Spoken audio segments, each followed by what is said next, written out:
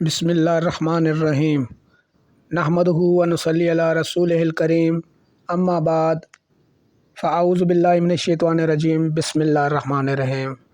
میرے پیارے دوستوں اور اسلامی بھائیوں اور بہنوں، اسلامی دنیا میں محمد قاسم کی طرف سے السلام علیکم۔ دوستوں، آج میں آپ کو حضرت امام حسین اور حسن رضی اللہ تعالیٰ عنہ کے بچپن کی کرامات بتاتا ہوں۔ دوستو، جیسا کہ پتہ ہے آپ کو، آج 7 محرم الحرام ہے۔ دوستو، حضرت امام حسن اور حسین جب بچپن میں کھیل رہے تھے مدینہ کی گلیوں میں، تو وہاں سے کوفے والوں کا گزر ہوا جو کہ میاں بیوی تھے اور روتے ہوئے مدینے کی طرف جا رہے تھے۔ تو آپ رضی اللہ تعالیٰ عنہ، دونوں بھائی جو کھیل رہے تھے، آپ رضی اللہ تعالیٰ عنہ نے ان سے پوچھا کہ بابا جان، آپ روتے ہوئے کیوں جا رہے ہیں؟ انہوں نے کہا، بیٹا، آپ رضی اللہ تعالیٰ عنہ کے نانا کے پاس جا رہے ہیں، ہمارا رونے کا مسئلہ انہی سے ہی حل ہوگا۔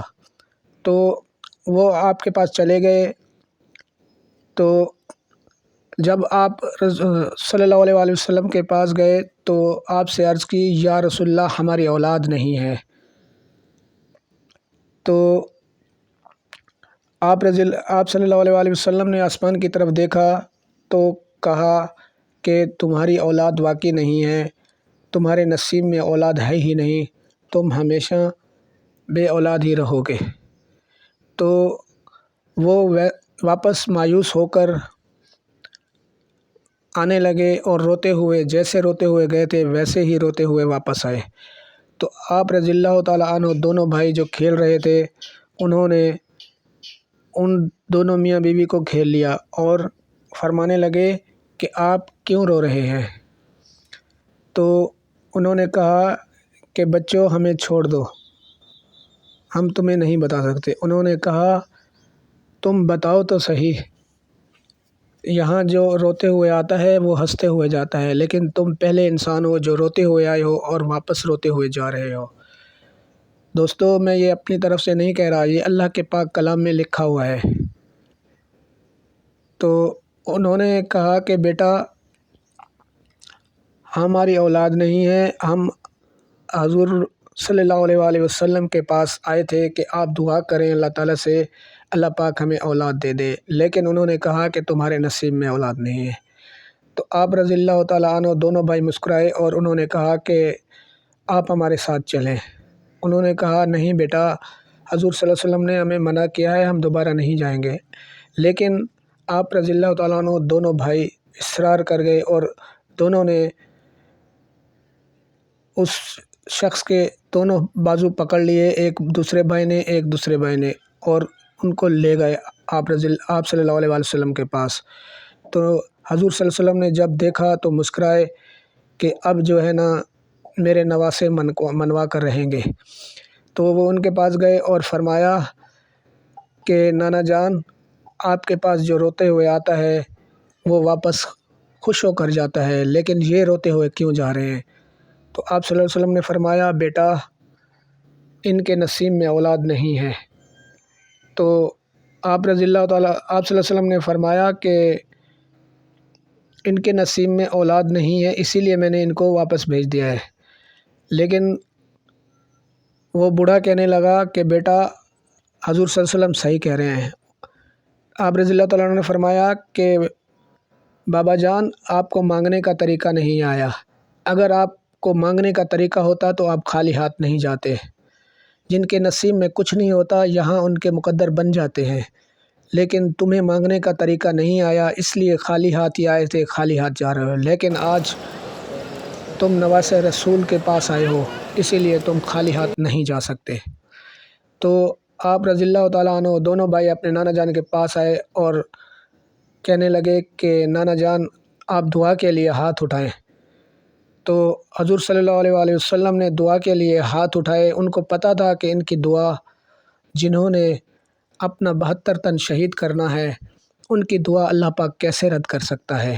وہ تو اللہ کے بہت ہی پیارے اور برگزیدہ انسان ہیں، ان کی بات اللہ پاک کبھی نہیں ٹالے گا۔ تو آپ رضی اللہ تعالیٰ عنہ نے اور ساتھ میں صحابہ کرام بیٹھے تھے، سب نے ہاتھ اٹھائے اور دعا کی۔ تو اللہ کے رسول صلی اللہ علیہ وآلہ وسلم نے جب آسمان کی طرف دیکھا تو ایک بیٹا عرش پر لکھا ہوا تھا۔ تو سب نے آمین کہا اور امام حسن اور حسین نے دعا کی۔ اس کے بعد وہ بوڑھا جانے لگا تو آپ رضی اللہ تعالیٰ عنہ نے کہا کہ بابا جان ابھی تو رکیے، آپ کس کے در پہ آئے ہیں جو رحمت للعالمین ہے، آپ یہاں سے بس ایک ہی بیٹا لے کر جائیں گے۔ اس طرح آپ نے 7 مرتبہ دعا فرمائی اور عرش پر 7 بیٹے لکھے گئے۔ تو وہ میاں بیوی دعائیں دیتے ہوئے واپس جانے لگے تو آپ رضی اللہ تعالیٰ عنہ نے فرمایا کہ کوفے والو، مجھے پتہ ہے لیکن کوفے والے بے وفا ہیں، لیکن میں ایک دفعہ ملک شام آؤں گا، کیا تم میری قدر کرو گے؟ تو انہوں نے کہا کہ آپ رضی اللہ تعالیٰ عنہ ہمارے مرشد ہیں، ہمارے پیر ہیں، آپ جب بھی آئیں گے تو ہم آپ کو پہچانیں گے، انشاءاللہ تعالیٰ آپ کی قدر کریں گے۔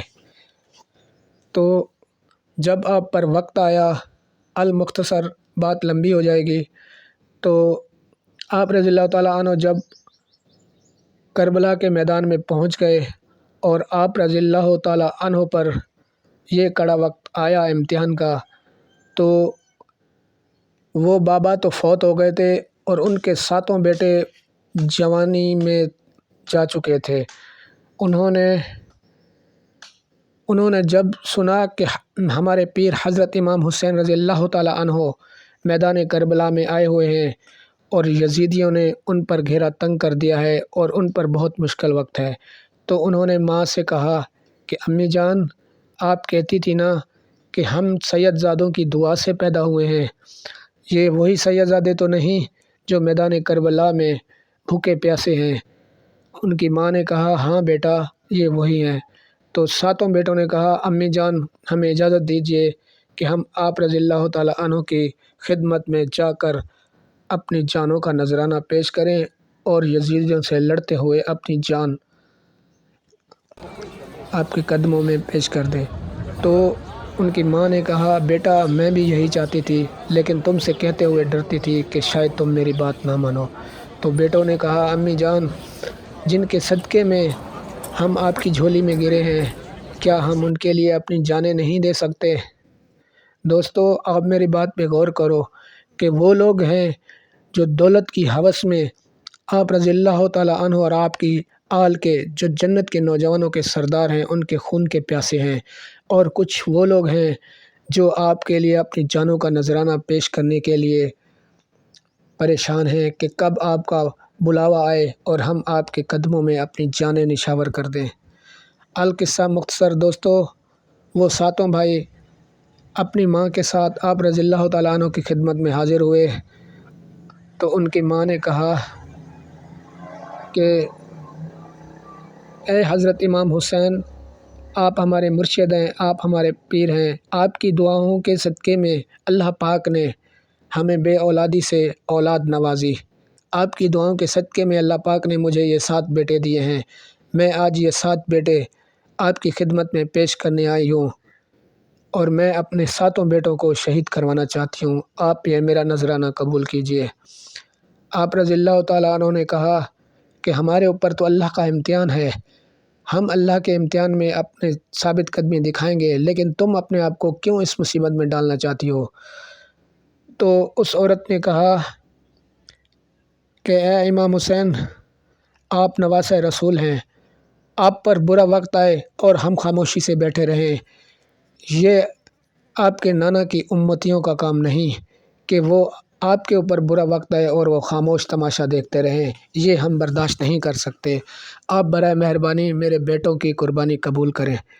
القصہ مختصر، اس عورت نے بہت اصرار کیا اور آپ رضی اللہ تعالیٰ عنہ نے ان کی یہ قربانی قبول کر لی اور باری باری 7 بھائیوں نے اجازت لے کر میدان جنگ میں گئے اور شہید ہو گئے۔ جب 7 بیٹے شہید ہو گئے تو اس عورت سے آپ رضی اللہ تعالیٰ عنہ نے فرمایا کہ تمہاری قربانی قبول ہوئی اور تمہارے بیٹے جنت میں اعلیٰ مقام حاصل کریں گے اور میرے سائے میں اور میرے نانا کے سائے میں رہیں گے انشاءاللہ تعالی۔ اور پھر اس نے کہا کہ اپنے بیٹوں کی میت کو پہچانو۔ تو اس عورت نے اپنے بیٹوں کی میت پہچانی اور ان سے آپ رضی اللہ تعالیٰ عنہ نے فرمایا کہ ان کی گردنیں اٹھا کر، ان کے سر اٹھا کر ان کی گردنوں کے ساتھ ملا دو۔ جب اس عورت نے اپنے بیٹوں کی گردنیں پہچان کر ان کے جسموں کے ساتھ لگائیں تو آپ رضی اللہ تعالیٰ عنہ نے آسمان کی طرف ہاتھ اٹھا کر دعا کی کہ یا باری تعالیٰ تو ان کی قربانی قبول فرما اور دوبارہ ان کو زندگی عطا فرما۔ آپ رضی اللہ تعالیٰ عنہ کی دعاؤں سے وہ ساتوں بھائی زندہ ہو گئے۔ تو پھر انہوں نے اصرار کیا کہ یا امام حسین، ہم تو دوبارہ زندہ ہو گئے، آپ ہمیں حکم دیجئے کہ ہم دوبارہ آپ کی راہ میں شہید ہوں۔ لیکن آپ رضی اللہ تعالیٰ عنہ نے فرمایا نہیں، تمہاری قربانی قبول ہو چکی ہے، اب تم گھر واپس جا سکتے ہو اور تم میرے فرما بردار ہوگے، میرے نانا کی امت جو کہ صحیح معنوں میں امت ہے ان کی طرح زندگی گزارو گے تو انشاءاللہ مرنے کے بعد تمہیں جنت ہی ملے گی، کیونکہ تمہاری قربانی قبول ہو چکی ہے۔ تو دوستو، اس کے بعد وہ عورت اپنے بیٹوں کو لے کر چلی گئی اور آپ رضی اللہ تعالیٰ عنہ کی دعاؤں کی برکت سے جب تک وہ لوگ زندہ رہے ان کی اولاد بڑھی، ان کی نسل چلتی رہی۔ تو ان میں سے جو بھی عورت یا مرد ہے ان کی گردنوں پر تلوار کا نشان آپ کو دیکھنے کو ملے گا۔ شاید آپ نے ایسا کوئی انسان دیکھا بھی ہو جس کی گردن پر تلوار کا نشان ہو، جس سے معلوم ہو کہ اس کی گردن کٹی ہوئی ہے۔ یہ اہل بیت کے ساتھ جو قربان ہوئے تھے یہ انہی لوگوں میں سے لوگ ہیں۔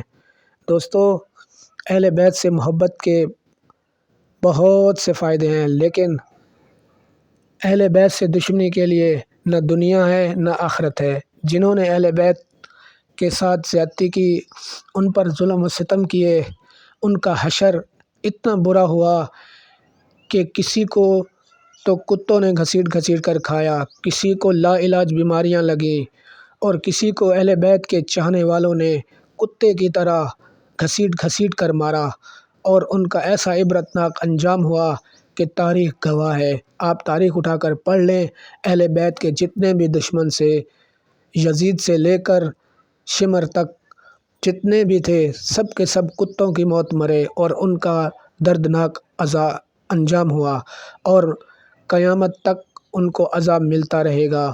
نہ ان کا دنیا میں کچھ فائدہ ہوا اور نہ ہی ان کا آخرت میں کوئی ٹھکانہ ہوا۔ جس دولت کے لیے انہوں نے آپ رضی اللہ تعالیٰ عنہ اور آپ کی آل کو شہید کیا، تو نہ ان کو دولت ملی، نہ دنیا ملی، نہ آخرت ملی، اور کتے کی موت مر گئے۔ دوستو، اللہ پاک سے دعا ہے کہ اللہ پاک ہمیں آپ رضی اللہ تعالیٰ عنہ کے نقش قدم پر چلنے کی توفیق عطا فرمائے۔ دوستو، میں آپ کو ایک بات بتاتا چلوں جو آج 7 محرم سے ہی شروع ہو جائے گی۔ دوستو، آپ جہاں بھی دیکھیں کہ اہل تشیع کھانا بانٹ رہے ہیں یا پانی پلا رہے ہیں، لنگر و نیاز کرتے ہیں یہ لوگ، لیکن آپ ان سے چاہے جتنے بھی بھوکے ہوں، چاہے جتنے بھی پیاسے ہوں، آپ ان سے پانی مت پینا۔ اگر آپ نے پانی پی لیا تو آپ یزید کے پیروکار بنیں گے۔ آپ پانی وہاں سے پئیں جہاں اہل سنت والجماعت کے لوگ پانی پلا رہے ہیں، لنگر و نیاز کر رہے ہیں۔ آپ نے دیکھ کر پانی پینا ہے اور لنگر کھانا ہے۔ دوستو، آپ کوشش کریں کہ ایسے لوگوں سے بچ کر رہیں۔ یہ وہی لوگ ہیں جنہوں نے اہل بیت کو شہید کیا تھا اور آج ماتم کرتے ہیں۔ دوستو، آپ کو پتہ ہے یہ لوگ ماتم کیوں کرتے ہیں؟ یہ لوگ ماتم اس لیے کرتے ہیں کہ ہم نے تو حضرت امام حسین رضی اللہ تعالیٰ عنہ اور آپ کی آل کو شہید کیا تھا کہ ہمیں یزید سے بے تحاشا دولت ملے گی، لیکن جب آپ رضی اللہ تعالیٰ عنہ کو شہید کر کے ان کے پاس لے جایا گیا تو یزید نے کہا کہ میں نے تو کہا تھا کہ حسین کو زندہ لے کے رہو، لیکن تم نے انہیں شہید کر دیا، جاؤ یہاں سے دفع ہو جاؤ، تم نے بہت برا کیا ہے۔ تو وہ لوگ جب واپس آئے تو پچھتانے لگے کہ ہم نے یہ کیا کیا، ہم نے تو دولت کے لالچ میں حضرت امام حسین اور آپ کی آل کو شہید کیا تھا، لیکن ہمیں نہ دولت ملی نہ دنیا، ہماری دنیا بھی برباد ہو گئی اور آخرت کی بھی برباد ہو گئی۔ اسی لیے دوستو وہ اس دن سے لے کر آج تک ماتم کر رہے ہیں۔ یہ ہم لوگوں کو بہلاتے پھسلاتے ہیں کہ ہم ان کا غم مناتے ہیں۔ دوستو یہ غم نہیں مناتے، بلکہ یہ ماتم کرتے ہیں کہ ہمیں کیا ملا۔ ہم اہل بیت سے بھی کٹ گئے، ہمیں ان کی بد دعائیں ملیں، ہم رسول اللہ صلی اللہ علیہ وآلہ وسلم کو بھی منہ دکھانے کے قابل نہیں رہے صرف دولت کی خاطر، لیکن آج ہمیں وہ دولت بھی نہیں ملی، ہم تباہ و برباد ہو گئے۔ دوستو اس دن سے آج تک یہ لوگ ماتم کرتے جا رہے ہیں اور اپنے آپ کو اذیت دیتے جا رہے ہیں۔ دوستو خدا حافظ۔ مزید ویڈیو کے لیے لائک اور شیئر ضرور کیجیے گا۔